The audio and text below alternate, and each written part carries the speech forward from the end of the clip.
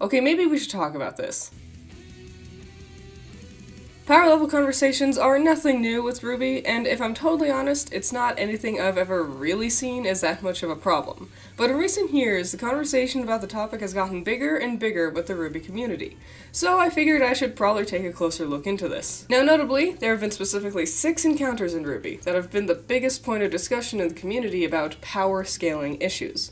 I'm going to use these specific fights to highlight certain complaints and issues brought up in regards to power scaling. But before we get into that, you might be asking yourself, does this even matter? So Oscar landed a punch on Neo, who cares? So Team RWBY beat the Aesop's, what does it matter? Well, alongside my points that have issue with the power scaling, I'll be addressing the pros and cons to the problems we're seeing, and hopefully show how power scaling is worth talking about, at least to some degree. So first up, gotcha.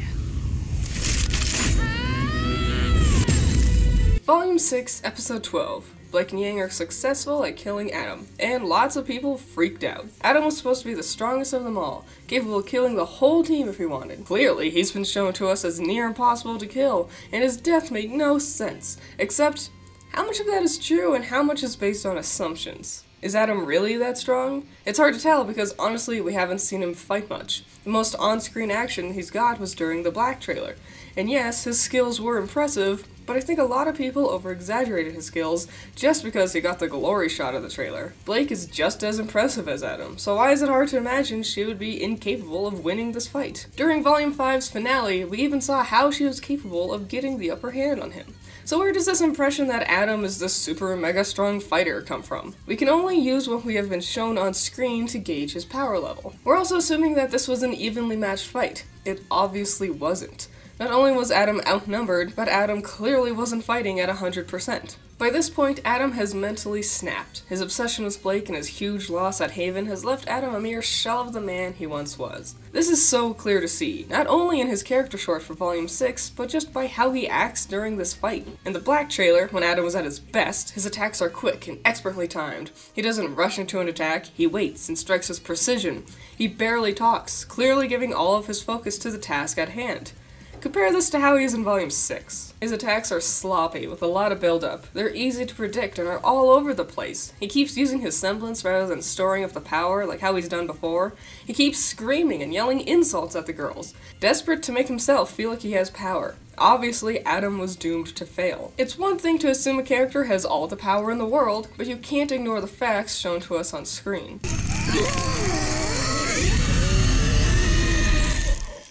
RWBY was built on the premise of the rule of cool, meaning prioritizing something because it looks cool rather than it making sense. The Knuckleavi was a really cool Grimm who suffered because of this rule of cool. We spent the entire volume building up this awesome Grimm. It's destroyed village after village, and we see the havoc it wreaks during Ren's backstory. Huntsman after huntsman have failed trying to kill this massive beast, and then it lost to 4 teenagers. It sort of undermines the Knuckleavi. If it's so easy for Ranger to beat, why didn't any of these trained huntsmen kill it? Well, this way it looks cool. It is cool seeing Nora come down on the horse with her hammer. It is cool seeing Rand cut it apart with his dad's knife, but looking cool has hurt the story being told. Maybe if it looked like the 4 kids were doing more serious damage beforehand, or if the Knuckleavi seemed to be previously injured, then this might not have been such a problem. But this is what we got. And yes, it is cool looking for the Grimm to scream into Ren's face to show it still has plenty of fight left, but in the long run it's just muddying our understanding of the Grimm's power level and our protagonist's skills too. If Ranger can beat the Knuckleavi easy peasy, why did they struggle with fighting off Emerald and Mercury at Haven? Well, at Haven they didn't have anything that makes it look cool to show off, except for during the Maiden fight. In fact, most of the Grimm suffer from deaths by looking cool syndrome. The Leviathan. It looks cool for RWBY to blast it with memories of her mother. The Giant Nevermore. It looks cool for RWBY to decapitate it. But following this rule of cool makes it hard to fully judge the strength of the characters. For example, Coco blasted a Nevermore out of the sky. It got chopped in half and it looked awesome, Oops, she lost Emerald and Mercury, oh well. Or Nevermore is just like really super weak? Or is Mercury and Emerald like mega strong? This is another problem with everyone assuming Adam was this super strong fighter. His Moon Slice looks really fucking cool. Slowing down time, or lingering on an effect to emphasize the hit, or death makes it feel like it's tied to strength. The problem is, everyone wants to play. Everyone gets this random glamour shot, and in turn, it makes it hard to judge where everyone stands against one another. We're the best huntsmen in Atlas. You were. Then you trained us. A big thing the fanbase is vocal about is the lack of on-screen training, and that leads us to the Aesops fight. The argument is, it makes no sense for the RWBY girls to beat the Aesops, since we never see them training to be better than them. The same argument was thrown around with Adam's death. When did Blake and Yang train to be good enough to beat him? Many times? While they may not have been the most entertaining scenes, we have consistently been shown that our main cast trains regularly. Glinda's entire class was based around combat training, shown to us on 2 separate occasions. And the whole tournament was basically one big training session for the schools. Beyond their time at Beacon, we see Jean continuing his training in the forest at night, Yang practices with her father, Weiss practiced her summoning, Asuka and RWBY trained during Volume 5, hell, during Volume 7, we have at least 4 separate scenes of the kids in training. During their montage in Episode 4, Juniper vs. Funky, Weiss and Winter work on their summoning, and when RWBY worked on her semblance. So where does this argument of we never see them training come from? On top of that, just because they're not dedicating their time to sparring with each other, every encounter counts towards improving their levels of training. With each punch thrown and every swing of their weapon, these kids are gaining some experience points. Even just looking at only RWBY, starting at the beginning of Volume 7 to when she fought Harriet, how many experience points did she earn?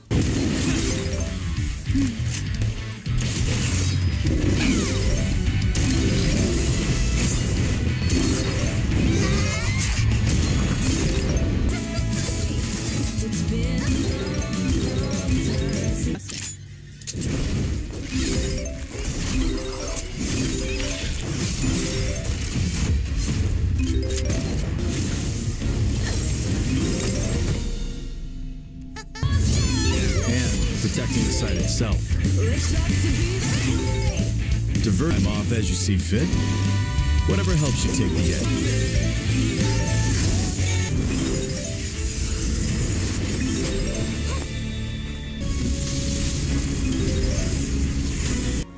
An ancient and terrible evil lies outside of our...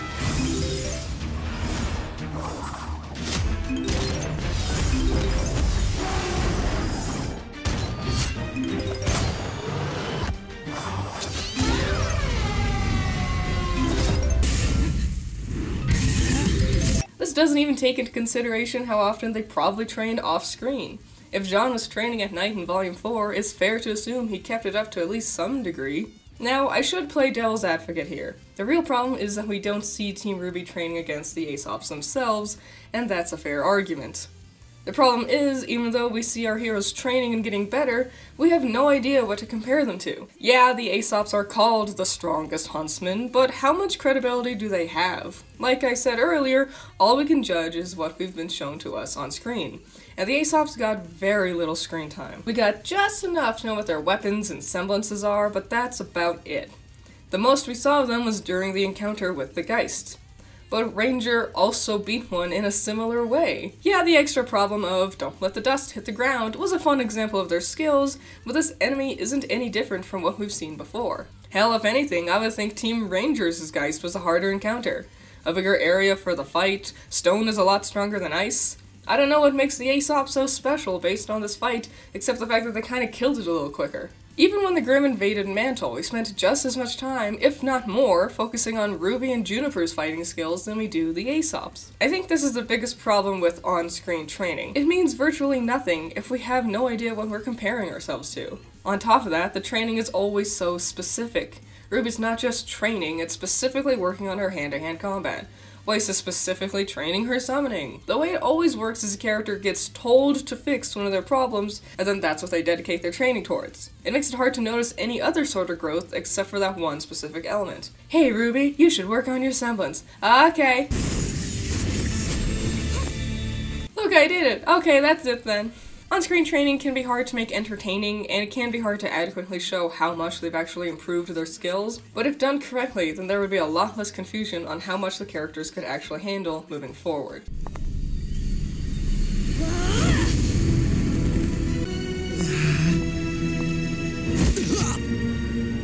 Did you think you actually had a chance against me?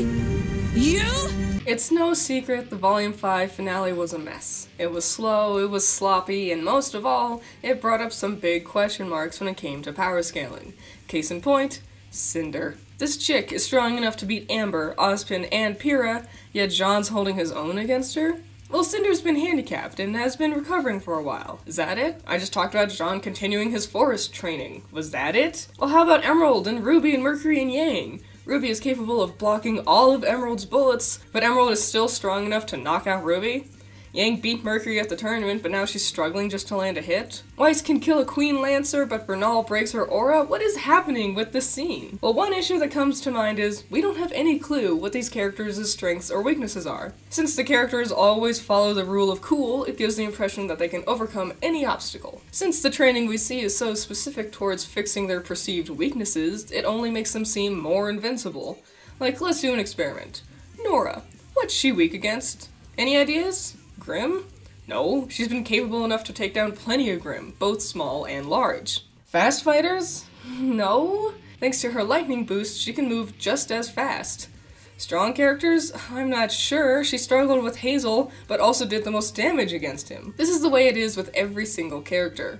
Weiss's weaknesses? I don't know. Cinder's weaknesses? I don't know. Weiss and Cinder lose and win regularly, but there's nothing consistent between their encounters. Weiss loses to the Lieutenant but beats the Paladin. Cinder beats Ozpin but loses to Raven? Why? Back to this fight, what's the cause for these turn of events? Does Cinder struggle fighting someone with big heavy weapons like Jean's greatsword? Or does Jean just do really well against people with small one-handed weapons? Does Emerald just really suck at aiming her guns, or is Ruby just really good at blocking bullets? If we had a more concrete idea for the characters' strengths and weaknesses, then encounters would make a lot more sense and work better for the story. We wouldn't have to question the Aesop's loss if Team RWBY, and in turn, the audience, got an idea of what strategies the Aesops are weak to. Elm struggles if she can't root herself. Marrow still struggles with using his semblance at opportune times. Understanding these things would benefit the story in the long run. It would make each encounter more thrilling if we had an understanding of what our heroes might struggle with. It's one thing for the writers to say a character has a weakness, it's important that it actually gets shown to us on screen.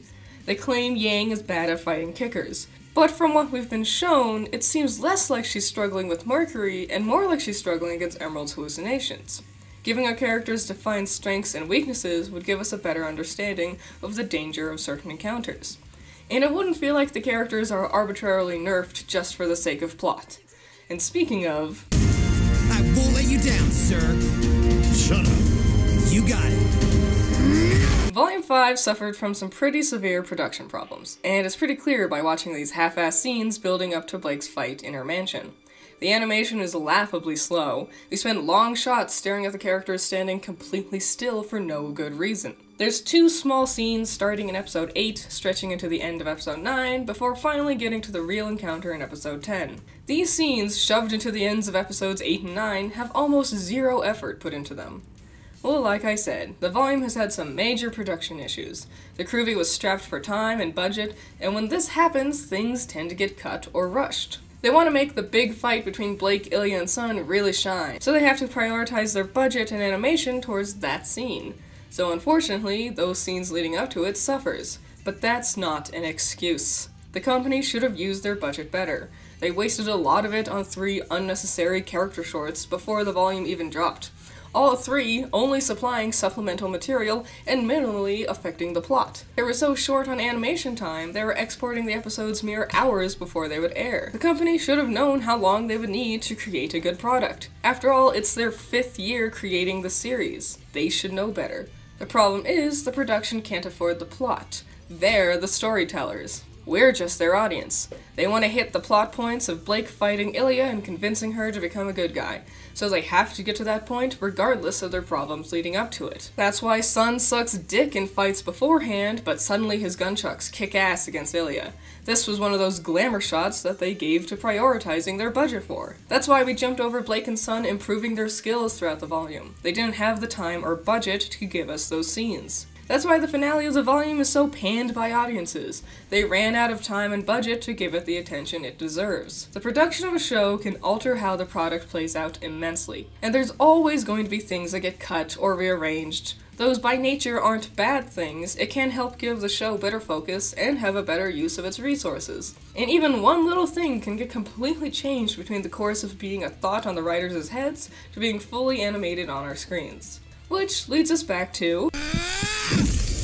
So everything I've talked about culminates in this one moment. 1. Assumptions. We assume Neo is this untouchable goddess. But just like Adam, we have to judge based on what we've been shown, and we really haven't seen much. Since Neo's introduction, we've only seen her fight...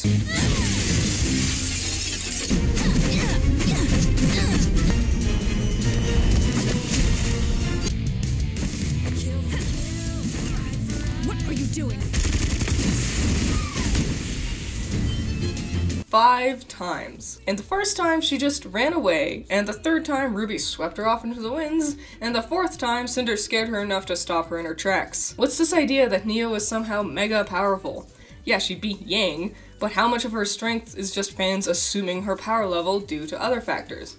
For example. 2. Rule of cool. Neo's a big ol' camera hog, and she really stole the show with her first ever appearance. It looks cool that she shatters into pieces to evade Yang, but it's not really an example of her strength, is it? Yang's gotten all of these glamour shots.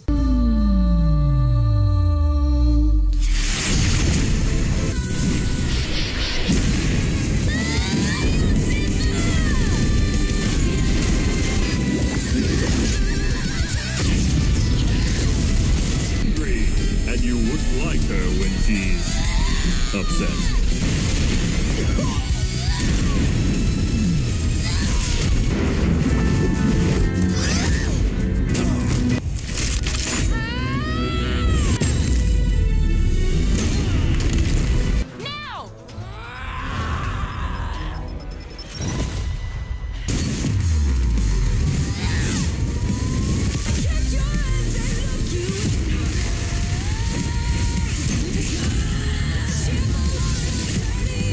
Do these not compare to Neo's cool moment of running away? 3. On-screen training. Any strength Neo has gained since her time with Roman has been entirely off-screen.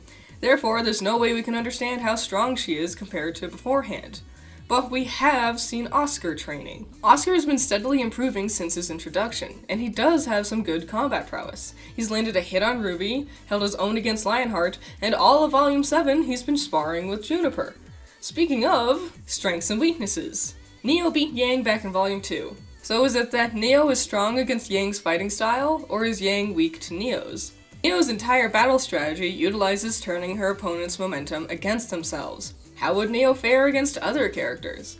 And 5. Production and plot. It's been said that the original idea was that Oscar would round the corner more quickly to catch Neo off guard.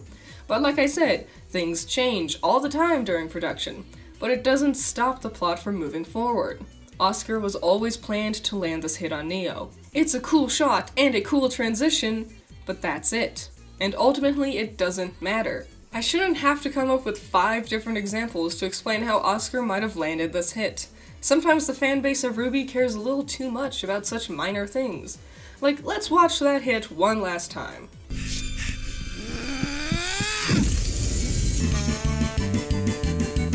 That's how long this attack was, and I spent what, like 12 minutes deconstructing various battle elements to try and justify this? The RWBY community got so worked up over this one little punch that they didn't even bother discussing the actual fight that followed. And that sucks, because this fight was fun. And to some degree, yes, power scaling is important. It gives the writers and the audience a better grasp on what each character can and can't handle during battle. It can lead to better tension built into scenes, and it gives a better understanding on how the characters have grown and how they can continue to grow. And as for this scene, I can't blame you if you got upset. However, I would like to offer one last explanation for it. What if, like, Oscar just landed a lucky shot? Like, against all odds, he rolled a natural 20 and managed to land that hit? That could happen. Luck is a quantifiable thing to the show, after all. Anyways, I hope moving forward, the show can keep in mind some of the points I made here. And I also hope the audience keeps it in mind, too. And let's not argue over fighting scenes, let's just try to have fun with them. Though I highly doubt that. Alrighty, thanks for watching that video. This one was a topic that was voted on by my patrons. Any amount given on Patreon will give you the opportunity to vote on what the next video topic will be. And that's really cool, and I like having your guys' input and having you guys decide what future videos I'll be working on. So that's awesome. And you can also leave suggestions in the voting section of Patreon. Whether I take them into consideration kind of depends on how I feel. But I love to hear your thoughts and suggestions, and I would love it if you continue to vote, because this is a lot of fun. I want to know your thoughts and opinions. Did I make a good case for the argument? I feel like the one hit didn't deserve to be talked about this much, but a lot of people did. So I figured doing a deep dive into this topic was important. So I want to hear your thoughts and opinions on the fights that I mentioned. What are good examples of really good fight choreography and good power scaling? That'd be a lot of fun. I want to know all your thoughts and opinions. If you want to help support me, I do have that Patreon. You can find links everywhere. And I'll see you in the next one. Bye bye.